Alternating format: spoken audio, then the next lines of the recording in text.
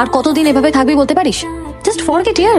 3 দিন হয়ে গেল তোকে অ্যাভয়েড করছে, তাই আর আসছে না। দেখবি ও ঠিক ফেরত আসবে। ওর হয়তো আগের মতন জ্বর হয়েছে। টিয়া, ওয়েক আপ টু রিয়েলিটি। তুই কতটুকু চিনিস নিশানকে? ওরকম নয়, ও খুব ভালো।